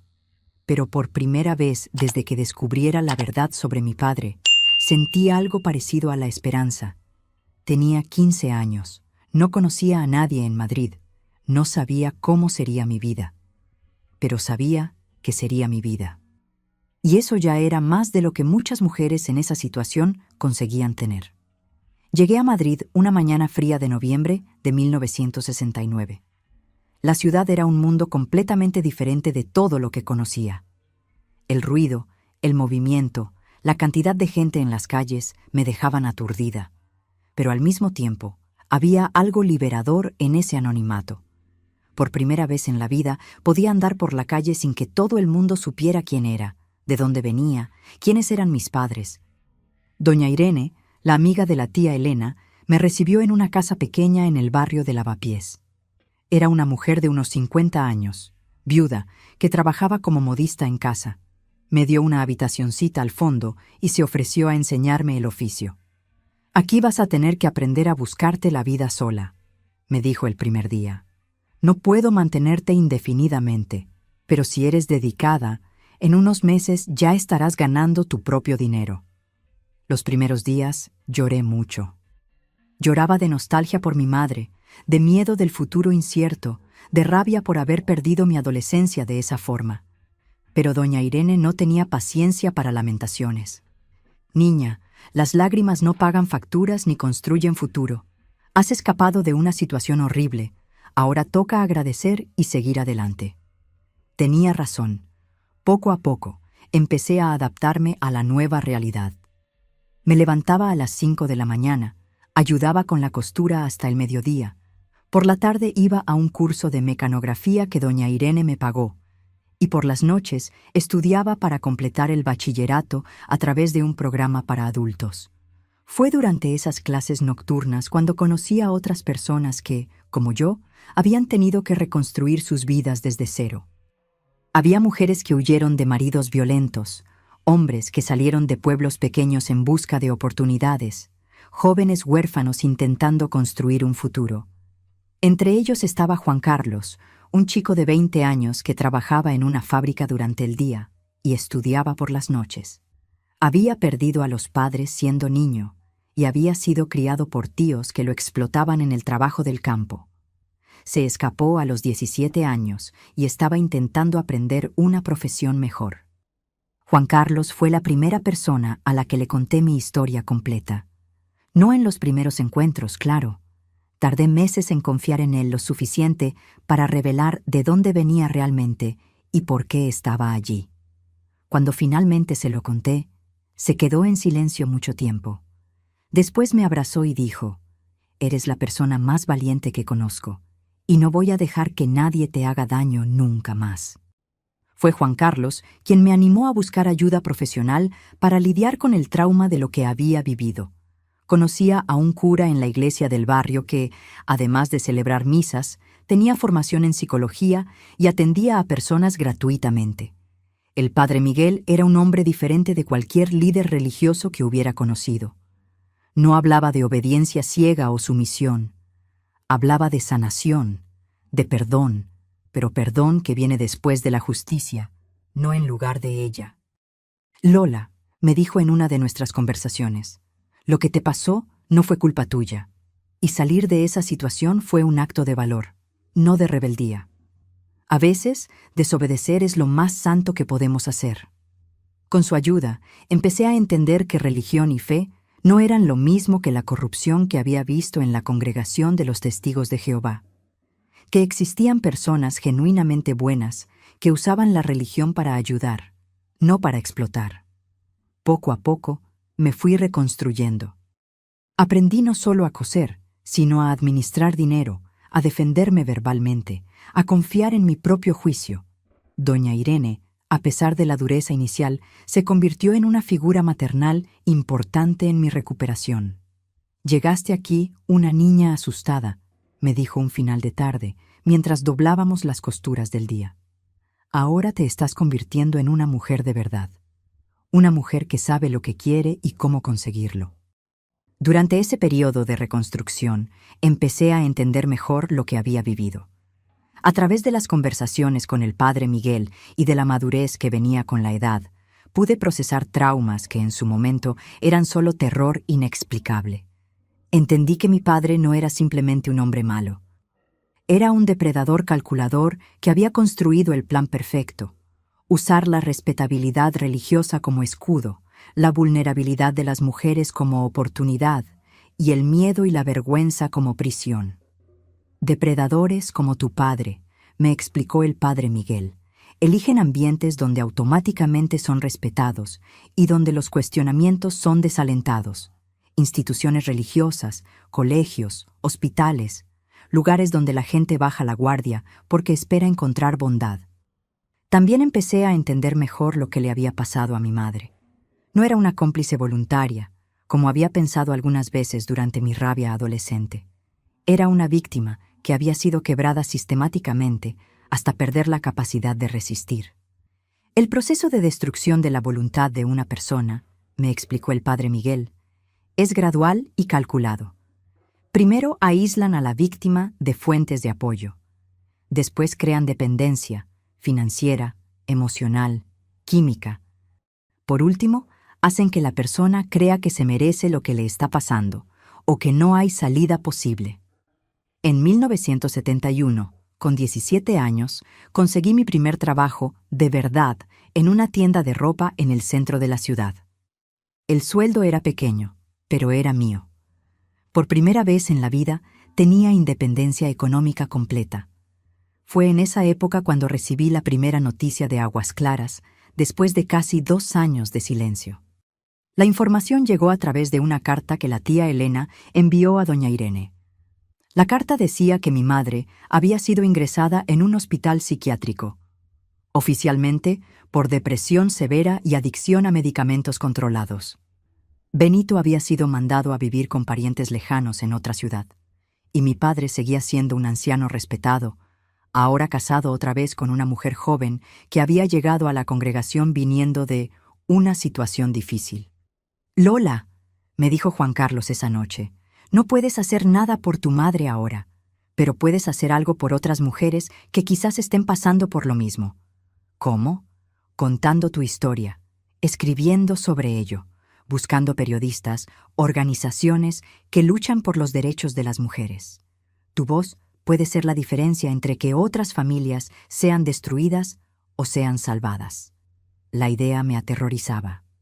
Hablar públicamente de lo que había vivido significaba correr el riesgo de ser encontrada por mi padre, de sufrir represalias, de revivir traumas que estaba intentando superar. Pero también significaba dar un propósito mayor a todo el sufrimiento que había pasado. En 1972, 3 años después de mi huida, escribí mi primera carta a un periódico de Madrid. No usé mi nombre verdadero, no mencioné nombres específicos, pero conté la historia de una niña que descubrió que su padre usaba una congregación religiosa como fachada para explotar mujeres vulnerables. La carta se publicó en una sección de denuncias anónimas. No tuvo gran repercusión, pero fue el primer paso para transformar mi dolor en algo que pudiera ayudar a otras personas. Ese mismo año, Juan Carlos me pidió matrimonio. Nos casamos en una ceremonia sencilla, solo con doña Irene, el padre Miguel y algunos amigos de la escuela nocturna. Llevaba un vestido blanco que yo misma había cosido, y por primera vez en mucho tiempo me sentí verdaderamente feliz. «Ahora tienes una familia de verdad», dijo doña Irene, llorando durante la ceremonia. «Una familia elegida, no impuesta». El matrimonio con Juan Carlos me dio una estabilidad emocional que nunca había experimentado. Era gentil, respetuoso, me apoyaba en todo. Nunca intentó controlarme o menospreciarme. Era todo lo que un marido debería ser y que mi padre nunca fue para mi madre. Durante los primeros años de matrimonio, seguí trabajando en la tienda de ropa y estudiando por las noches. Juan Carlos trabajaba en la fábrica durante el día y hacía un curso técnico de contabilidad los fines de semana. Éramos una pareja joven luchando por construir un futuro mejor, sin ayuda de familia, dependiendo solo el uno del otro. En 1974 nació mi primera hija, María Elena, así llamada en honor a la tía que me salvó. Cuando cogí a esa niña en brazos por primera vez, hice una promesa silenciosa. Crecería sabiendo que tenía derechos, que su voz importaba, que nadie nunca podría obligarla a hacer algo contra su voluntad. Fue mirando a mi hija recién nacida cuando tomé la decisión de no esconderme nunca más completamente. Si algún día me preguntaba sobre mi pasado, le contaría la verdad. Y si otras niñas necesitaban escuchar mi historia para salvarse, encontraría valor para contarla. La maternidad me transformó de una forma que no esperaba. No solo me dio un propósito renovado, sino que también me hizo entender mejor lo que había pasado mi propia madre. El amor por un hijo es tan intenso que una madre es capaz de cualquier sacrificio para protegerle. Tu madre te quería más que a su propia vida, me dijo el padre Miguel cuando compartí estos sentimientos con él. Y la prueba de eso es que eligió dejarte marchar, aunque sabía que quizás nunca más te vería. Ese fue el mayor acto de amor que podía demostrar. En 1976 nació mi segundo hijo, Pedro. Nuestra familia estaba completa, nuestra vida estaba estable, y por primera vez desde la infancia me sentía verdaderamente segura. Pero el pasado nunca nos abandona completamente. De vez en cuando, llegaban noticias de Aguas Claras que me recordaban que mi padre seguía por allí, seguía siendo respetado, seguía haciendo sus maldades. Fue durante esos años de estabilidad cuando empecé a desarrollar la fuerza emocional necesaria para enfrentar mi pasado de forma más directa. El amor de mi familia, el apoyo de los amigos, la terapia con el padre Miguel, todo eso me dio cimientos sólidos para poder mirar atrás sin despedazarme. Y gradualmente fui dándome cuenta de que mi historia no era solo mía. Era parte de un patrón mucho mayor de abuso de poder, de explotación de vulnerables, de uso de la religión como escudo para crímenes atroces. Si había sobrevivido, si había conseguido construir una vida buena, quizás fuera mi responsabilidad usar esa fuerza para ayudar a otras personas que todavía estaban atrapadas en situaciones similares. Durante esos años de reconstrucción, aprendí cosas sobre mí misma que nunca imaginé. Descubrí que era más fuerte de lo que pensaba, más inteligente de lo que me permitieron creer, más capaz de amar y ser amada de lo que los traumas iniciales sugirieron. Pero también aprendí que algunas heridas nunca cicatrizan completamente, que ciertos miedos se quedan para siempre, como cicatrices invisibles que duelen cuando cambia el tiempo, y que la libertad conquistada con tanto sufrimiento es algo por lo que tienes que luchar todos los días. Los años que siguieron fueron de construcción gradual de una vida que nunca había soñado que fuera posible. Juan Carlos y yo prosperamos en Madrid. Él consiguió un trabajo mejor en una empresa de contabilidad. Yo abrí mi propio taller de costura, y nuestra familia creció en amor y estabilidad. Pero el pasado nunca nos abandona completamente, ¿verdad? Por más que intentara vivir centrada en el presente, siempre había esa sombra acompañándome. Y de vez en cuando llegaban noticias de Aguas Claras que me recordaban que mi padre seguía por allí, seguía siendo respetado, seguía haciendo sus maldades. En 1978, la tía Elena me escribió contando que mi madre había muerto en el hospital psiquiátrico. Oficialmente, fue complicaciones derivadas del uso prolongado de medicamentos controlados. Nunca recuperó la lucidez completa después del ingreso. Cuando recibí esa noticia, lloré durante días. Lloré por la madre que perdí, por la mujer que podría haber sido si no se hubiera casado con ese hombre, por las oportunidades de reconciliación que nunca tuvimos, pero también lloré de alivio, porque sabía que finalmente estaba en paz. Juan Carlos me apoyó en ese momento difícil, como siempre hacía. Hizo la elección más difícil que una madre puede hacer, me dijo. Sacrificó su propia libertad para salvar a su hija. Eso es amor del más puro que existe. Fue en esa época cuando tomé una decisión importante. Si mi padre creía que mi madre se había llevado los secretos a la tumba, estaba equivocado. Yo estaba viva, me acordaba de todo, y algún día iba a contar la verdad. Durante los años 80 me dediqué a ser madre y esposa, pero también empecé a involucrarme discretamente con grupos de apoyo a mujeres víctimas de violencia de género. No hablaba sobre mi propia experiencia todavía, pero ayudaba a otras mujeres que estaban intentando reconstruir sus vidas. Fue a través de ese trabajo que conocí a otras personas que habían escapado de situaciones similares a la mía. Mujeres que habían sido explotadas por líderes religiosos, hombres que habían sido abusados, niños que crecieron en ambientes donde la violencia se normalizaba. Darme cuenta de que mi historia no era única me dio fuerza, pero también me llenó de indignación. ¿Cuántas otras familias estaban siendo destruidas en ese mismo momento? ¿Cuántos otros niños estaban siendo preparados para ser víctimas? En 1985, cuando María Elena cumplió 11 años, me hizo una pregunta que lo cambió todo. Mamá, ¿por qué nunca visitamos a tus padres? Era la primera vez que preguntaba directamente sobre mi familia. Hasta entonces, había aceptado las explicaciones vagas de que mis padres habían muerto cuando yo era joven. Miré a esa niña preciosa, inteligente, llena de vida, y supe que había llegado la hora de empezar a contar la verdad. No todos los detalles, todavía era muy pequeña, pero la esencia de la historia. Hija mía, a veces los padres no son personas buenas, y cuando eso pasa, los hijos necesitan protegerse, aunque eso signifique quedarse lejos de la familia. ¿Tus padres eran personas malas? Mi padre lo era, muy malo, y tuve que huir de casa para protegerme. Se quedó en silencio un rato, procesando la información. ¿Por eso siempre me dices que nunca deje que nadie me haga daño? ¿Aunque sea una persona importante? Exacto. Nunca, nunca dejes que nadie te haga daño. Y si alguien lo intenta, vienes a hablar conmigo, no importa quién sea esa persona. Fue a partir de esa conversación cuando empecé a prepararme para contar mi historia públicamente. Si mi propia hija tenía derecho a saber la verdad, otros niños también tenían derecho a escuchar avisos que podrían salvarles. En 1988, 2 años antes de tomar valor para hablar públicamente, recibí una noticia a través de Benito, que me había buscado después de años de separación.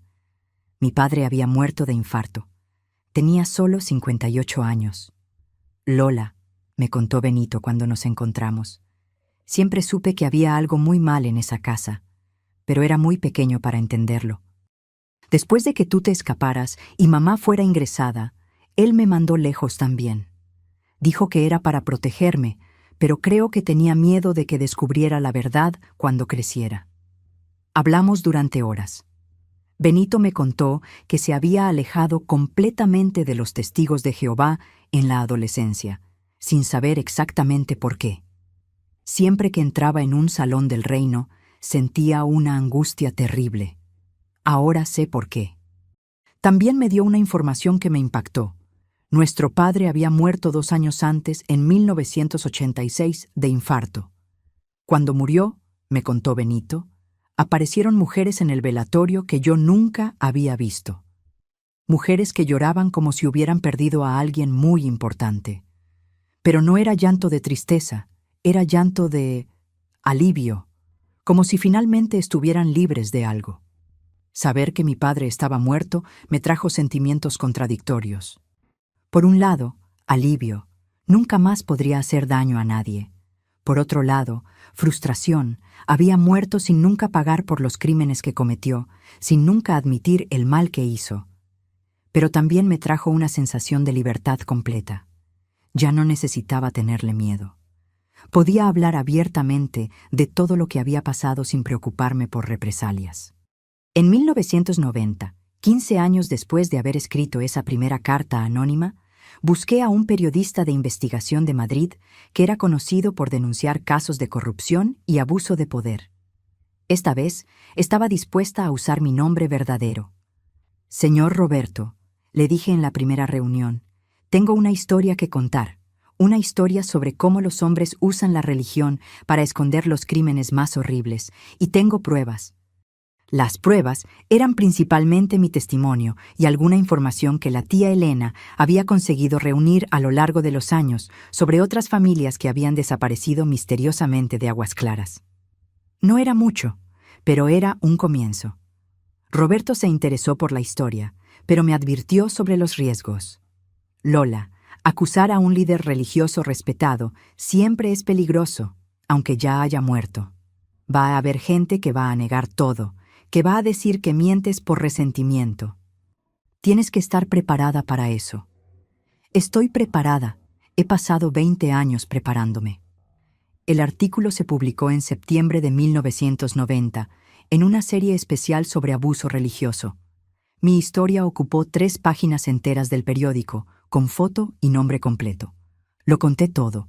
Los crímenes de mi padre, el plan de explotación de mujeres, la connivencia de otros líderes religiosos, la corrupción de las autoridades locales. La repercusión fue inmensa. El periódico recibió cientos de cartas, algunas apoyándome, otras insultándome y llamándome mentirosa. Pero lo más importante, 5 mujeres se pusieron en contacto conmigo diciendo que habían pasado por situaciones similares en Aguas Claras o pueblos vecinos. Una de ellas era la propia Mariana, a quien no veía desde 1969. Se había casado, criado hijos, construido una vida en Barcelona, pero nunca había conseguido olvidar completamente el trauma. Mi artículo la animó a buscar ayuda psicológica y, eventualmente, a contar su propia historia. Pero la reacción más significativa vino de donde menos lo esperaba. Otras congregaciones de testigos de Jehová empezaron a investigar internamente casos similares. Descubrieron que el plan de mi padre no era único, que había otros ancianos en otros pueblos haciendo cosas parecidas. Tu padre era parte de una red mucho mayor, me explicó un ex anciano que me buscó después de la publicación. Se comunicaban, intercambiaban información, hasta intercambiaban mujeres entre pueblos diferentes. Era como una organización criminal dentro de la organización religiosa. En 1992 se abrió una investigación más amplia, no por las autoridades, que seguían protegiendo a los involucrados, sino por periodistas y organizaciones de derechos humanos. Descubrieron que al menos 12 pueblos de la región habían sido afectados por planes similares, siempre involucrando a líderes religiosos respetados. Algunas de las mujeres que habían desaparecido a lo largo de los años fueron encontradas. Estaban vivas, pero completamente destruidas psicológicamente. Otras nunca fueron localizadas y probablemente nunca lo serán. Fue entonces cuando decidí transformar mi experiencia en una misión de vida. Empecé a dar charlas en colegios, iglesias, centros comunitarios, siempre alertando sobre las señales de abuso religioso y animando a la gente a denunciar. No importa lo respetada que sea la persona, siempre decía al final de las charlas. No importa qué cargo religioso ocupe. Si alguien te está haciendo daño o pidiéndote que hagas cosas que te hacen sentir incómoda, habla. Busca ayuda. No estás sola. Mucha gente me buscó después de esas charlas. Algunos solo para agradecer por haber oído que no estaban solos. Otros para contar sus propias historias y pedir consejos sobre cómo seguir adelante. Y algunos, los más valientes, para denunciar a abusadores que todavía estaban activos. En 1995, ayudé a fundar una organización no gubernamental dedicada a apoyar víctimas de abuso religioso. No era solo sobre testigos de Jehová. Descubrimos que el problema existía en todas las denominaciones religiosas, siempre siguiendo patrones similares. El problema no es la religión en sí, explicaba en las entrevistas que daba. El problema son personas malas que usan la religión como escudo para sus crímenes. Y el problema son instituciones que protegen a esos criminales en nombre de la reputación de la organización. Durante todos esos años de activismo, mi familia me apoyó incondicionalmente. María Elena y Pedro crecieron sabiendo la historia de la familia, sabiendo por qué era tan importante luchar contra la injusticia, sabiendo que tenían la responsabilidad de proteger a los más vulnerables. En 1998, cuando María Elena cumplió 24 años, me dijo algo que nunca olvidaré. Mamá, sé que fue muy difícil para ti contar tu historia públicamente, pero que sepas que estoy orgullosa de ser tu hija. Y estoy orgullosa de saber que nuestra familia se construyó sobre valor y verdad, no sobre mentiras y silencio. Ese mismo año, Pedro, que se había licenciado en periodismo, escribió una serie de reportajes sobre redes de abuso religioso en España. Dedicó el trabajo a mi madre, que me enseñó que la verdad siempre vale la pena, aunque duela. Poco a poco, nuestra lucha empezó a dar frutos concretos. Se cambiaron leyes para facilitar denuncias contra líderes religiosos. Se crearon protocolos para proteger a niños en ambientes religiosos. Y principalmente, el tema dejó de ser tabú. La gente empezó a hablar abiertamente sobre abuso religioso. Por supuesto que no todo fue fácil. Recibí amenazas, demandas judiciales, intentos de desacreditar mi historia. Algunas organizaciones religiosas me atacaron públicamente, diciendo que estaba atacando la fe de la gente. Pero por cada ataque que recibía, llegaban 10 cartas de apoyo. Por cada persona que me insultaba, había 5 que me agradecían por haber dado voz a su sufrimiento. En 2005, 36 años después de mi huida, pasó algo que nunca pensé que fuera posible. Los testigos de Jehová emitieron un comunicado oficial reconociendo que errores graves habían sido cometidos por algunos ancianos en el pasado y pidiendo perdón a las víctimas. No mencionaron mi nombre específicamente ni admitieron la extensión real del problema.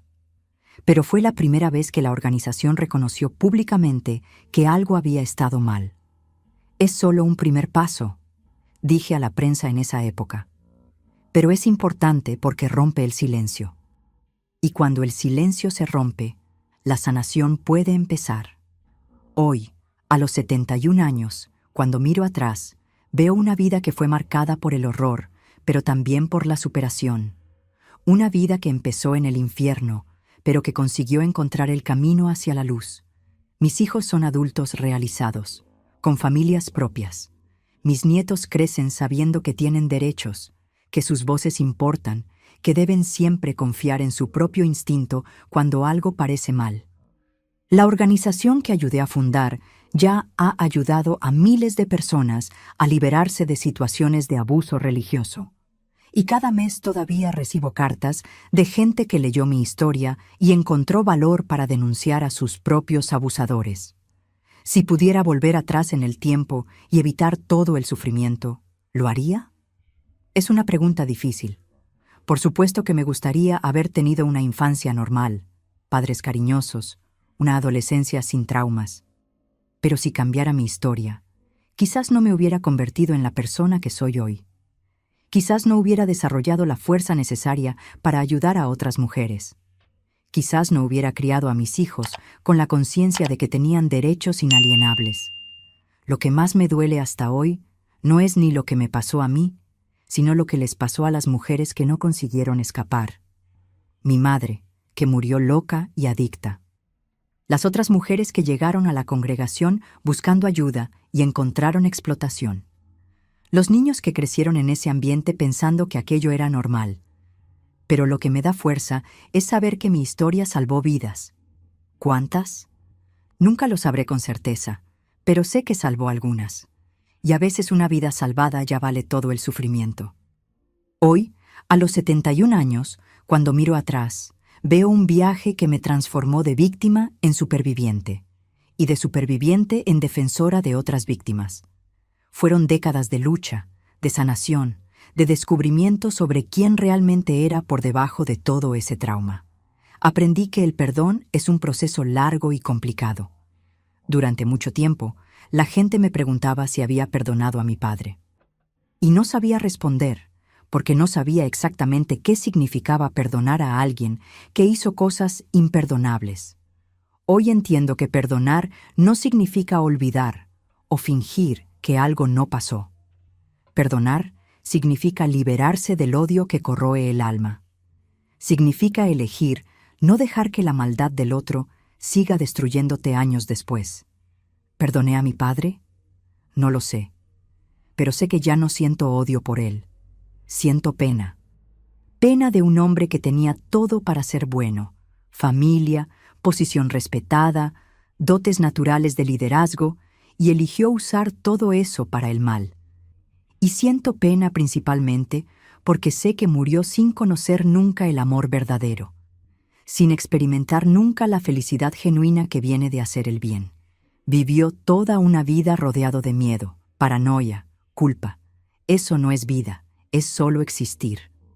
Sobre los Testigos de Jehová como organización, tengo sentimientos complejos. Sé que existen muchas personas sinceras y buenas dentro de esa religión.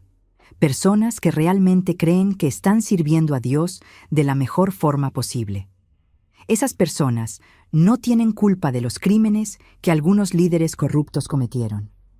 Pero también sé que la estructura jerárquica rígida de la organización facilitó los abusos que presencié. El concepto de obediencia absoluta a los ancianos, la tendencia a resolver problemas internamente sin involucrar a las autoridades, la cultura del silencio sobre asuntos delicados, todo eso crea un ambiente propicio para que depredadores se disfracen de hombres santos. A lo largo de los años, trabajé con víctimas de abuso en varias denominaciones religiosas, católicos, protestantes, evangélicos.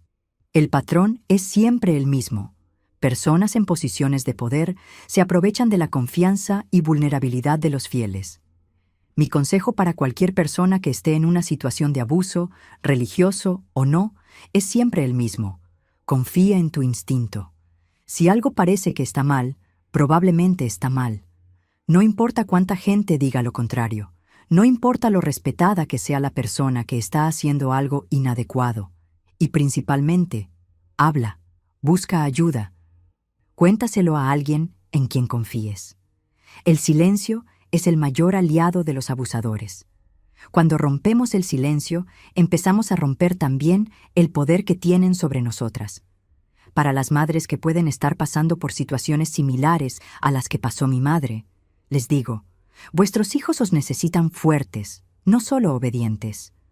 A veces proteger a los hijos significa desobedecer al marido, cuestionar la autoridad, causar problemas. Pero vuestros hijos valen cualquier problema que podáis enfrentar. Sé que es fácil decir esto cuando ya no estás dentro de la situación. Sé que cuando te están amenazando, drogando, aislando, parece imposible encontrar una salida. Pero existen salidas. Siempre existen. Puede que no lo parezca, pero hay gente dispuesta a ayudar. Y para las hijas, para las niñas y mujeres jóvenes que pueden estar escuchando esta historia, tenéis poder. Tenéis voz, tenéis derechos. No dejéis que nadie, nunca, os convenza de lo contrario. No importa qué cargo religioso tenga la persona, no importa cuántos años de diferencia haya entre vosotras, no importa si es familia o no. Vuestro cuerpo es vuestro. Vuestra vida es vuestra. Vuestros sueños son vuestros. Y nadie tiene derecho a quitaros eso. Durante todos estos años de activismo, aprendí que la sanación no es un destino, es un viaje. No existe un momento en el que te despiertas completamente curada de todos los traumas. Existe un proceso continuo de crecimiento, de aceptación, de transformación del dolor en propósito. Algunas heridas nunca cicatrizan completamente. Todavía tengo pesadillas ocasionales. Todavía siento un escalofrío cuando veo ciertas situaciones que me recuerdan al pasado. Todavía necesito un esfuerzo consciente para confiar plenamente en la gente, incluso después de tantos años. Pero aprendí que estas cicatrices no son señales de debilidad. Son medallas de supervivencia. Cada una de ellas representa una batalla que gané, un día en que elegí seguir viviendo a pesar del dolor. Hoy, cuando veo a mis hijos criando a sus propios hijos, veo que conseguí romper el ciclo. María Elena es una mujer fuerte, independiente, que enseña a sus propios hijos sobre consentimiento y límites desde pequeños. Pedro es un hombre gentil y respetuoso, que trata a su mujer como compañera, no como propiedad. Crecieron sabiendo la historia de la familia, sabiendo de dónde venían, pero también sabiendo que el pasado no determina el futuro, que cada generación tiene el poder de elegir ser mejor que la anterior. Y eso, mis queridos, es lo que yo llamo victoria real. No solo sobrevivir al trauma, sino usar la experiencia para construir algo mejor, para proteger a otros, para romper ciclos de violencia que podrían perpetuarse durante generaciones. Una de las cosas más importantes que aprendí es que no hay vergüenza en ser víctima. La vergüenza pertenece a los perpetradores, no a las víctimas. Durante mucho tiempo, cargué con una culpa que no era mía, preguntándome si podría haber hecho algo diferente, si era de alguna forma responsable de lo que pasó. Hoy sé que ningún niño es responsable del abuso que sufre, que ninguna mujer pide ser explotada, que ninguna víctima debe cargar con la culpa por los crímenes cometidos contra ellas. También aprendí que la sanación individual, aunque importante, no es suficiente. Mientras existan estructuras que protegen a abusadores y silencian víctimas, el problema va a continuar. Por eso es tan importante hablar, denunciar, luchar por cambios sistémicos. En los últimos años, he visto cambios positivos en la forma como la sociedad lidia con el abuso religioso. Hay más conciencia, más protocolos de protección, más espacios para que las víctimas hablen. Pero todavía hay mucho trabajo por hacer. Cada vez que alguien me busca para contar su historia de abuso, veo mi adolescencia asustada reflejada en los ojos de esa persona. Y cada vez que consigo ayudar a alguien a encontrar valor para denunciar, para liberarse, para reconstruir su vida, siento que mi sufrimiento ganó un sentido mayor. No puedo cambiar lo que me pasó. No puedo traer a mi madre de vuelta o recuperar mi infancia perdida. Pero puedo usar mi experiencia para impedir que otras personas pasen por lo mismo. Y quizás sea eso lo que da sentido a todo. La posibilidad de transformar dolor en propósito, trauma en fuerza, silencio en voz para los que no consiguen hablar. Si habéis llegado hasta aquí conmigo en este viaje doloroso, gracias. Gracias por escucharme, por creer en mi historia, por darme fuerzas para seguir contando la verdad, incluso después de tantos años. Y si esta historia os ha tocado el corazón, si conocéis a alguien que necesita escuchar estas palabras, compartidla. Porque a veces una historia como la mía puede ser la diferencia entre alguien que sigue sufriendo en silencio o que encuentra valor para buscar ayuda. La verdad duele, pero la verdad también libera. Y después de más de 50 años guardando estos secretos, puedo decir con certeza, vivir libre vale cualquier dolor que la verdad pueda causar. Mis queridos, hemos llegado al final de una historia más. Una historia pesada, lo sé. Una historia que quizás os haya movido tanto como me movió a mí durante todos estos años. Pero también es una historia de esperanza, porque muestra que es posible sobrevivir a los peores horrores y aún así construir una vida buena. Es posible romper ciclos de violencia. Es posible transformar dolor en propósito. Si os ha gustado mi historia, por favor dejad vuestro me gusta y suscribíos al canal. Mostrad que mi historia no se contó en vano. Y principalmente, compartidla. Porque esta es una de esas historias que pueden salvar vidas. En los comentarios, contadme, ¿desde dónde estáis viendo este vídeo? Me encanta saber que mi voz está llegando a tantos sitios diferentes. Y si esta historia os ha tocado de alguna forma, dejad vuestro corazón ahí abajo. Para aquellos que pueden estar pasando por situaciones difíciles similares a la que yo pasé, recordad, no estáis solos. Existen personas dispuestas a ayudar. Existen organizaciones que pueden dar apoyo. Existen formas de salir de esas situaciones. Nunca perdáis la esperanza. Nunca paréis de luchar por una vida mejor. Y principalmente, nunca os calléis cuando alguien está intentando haceros daño. Hoy tengo nietos de la edad que tenía yo cuando todo esto empezó. Y cuando los miro jugando, riendo, creciendo libres y seguros, sé que toda la lucha valió la pena. Nunca van a pasar por lo que yo pasé. Y si depende de mí, ningún niño debería pasar por eso. La semana que viene volveré aquí con una nueva historia. Una historia un poco más ligera, lo prometo. Porque después de tanto peso, todos nos merecemos un poco de alivio. Hasta entonces, cuidaos, protegeos, proteged a vuestros hijos. Enseñadles que tienen derechos, que pueden decir que no, que siempre pueden buscar ayuda cuando algo esté mal. Y recordad siempre, sois más fuertes de lo que imagináis, mucho más fuertes. Un beso en el corazón de cada uno de vosotros, y hasta la semana que viene. Que Dios, el Dios verdadero de amor y protección, no el Dios distorsionado que mi padre usaba para justificar sus crímenes, os bendiga a cada uno con paz, valor y la certeza de que nunca estáis solos en esta vida. Adiós, mis queridos. Hasta pronto.